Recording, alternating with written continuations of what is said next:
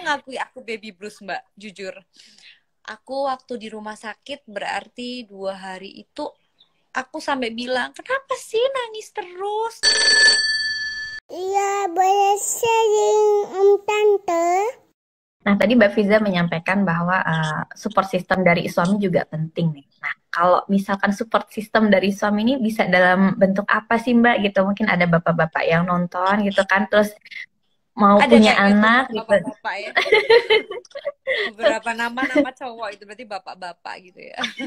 Nah, itu bagaimana nih Mbak peran suami supaya bisa memberikan support system pada istrinya gitu? Dalam tentunya dengan peran barunya sebagai ibu baru gitu. Iya, Apa jadi yang bisa memang dilakukan? ya memang yang paling terdekat dengan kita kan suami ya Mbak ya. Memang apalagi mungkin di masa Mm-mm. pandemi kayak gini juga 3 hari atau 4 hari kita di rumah sakit ya, yang melahirkannya di rumah sakit itu mungkin ya hanya akan ditemani dengan suami kan Mbak. Sekarang nggak boleh kan, banyak orang dulu kayaknya boleh tuh ya jenguk rame-rame tuh. Sekarang apalagi kan kayak gini posisinya, mungkin memang support system terdekat memang suami ya. Suami harus bisa memberdayakan diri juga. Dia jangan jadi sebenarnya gini Mbak, baby blues tuh juga aku sempat baca ya Mbak ya. Itu juga bisa dialami oleh pria Mbak. Cuman Mm-mm.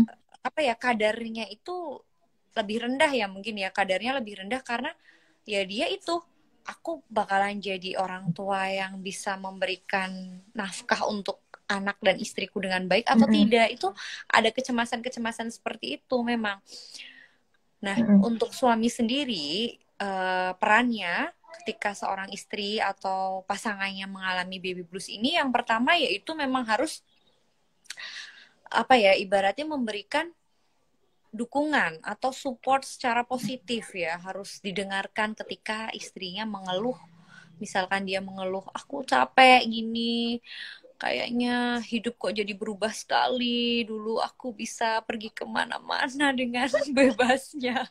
Ataupun dulu aku tidur bisa dengan nyenyak, sekarang mungkin ada yang harus diurus kayak gitu. Suami mungkin juga bisa apa ya, berganti peran juga gitu ketika Mm-mm. istrinya sedang membutuhkan me time, mungkin si adik nih bisa apa ya, dipegang oleh ayahnya gitu kan ya. Jadi Mm-mm.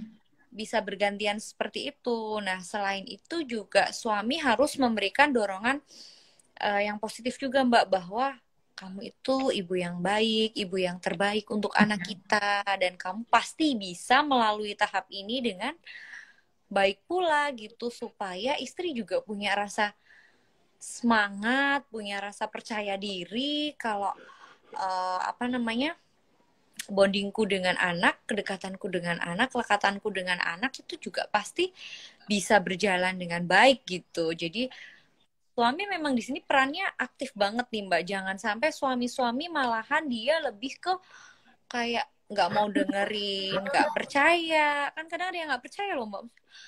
Ah, itu mungkin perasaanmu saja gitu. Kalau suamiku sendiri ya Mbak, waktu itu dia sih tipikal orang yang luar biasa ya. Jadi aku mengakui aku baby blues Mbak, jujur. Aku waktu di rumah sakit berarti 2 hari itu aku sampai bilang, kenapa sih nangis terus? Karena memang ASI keluar pas 3 hari kan ya Mbak. Pas di hari ketiga baru baru keluar itu kan.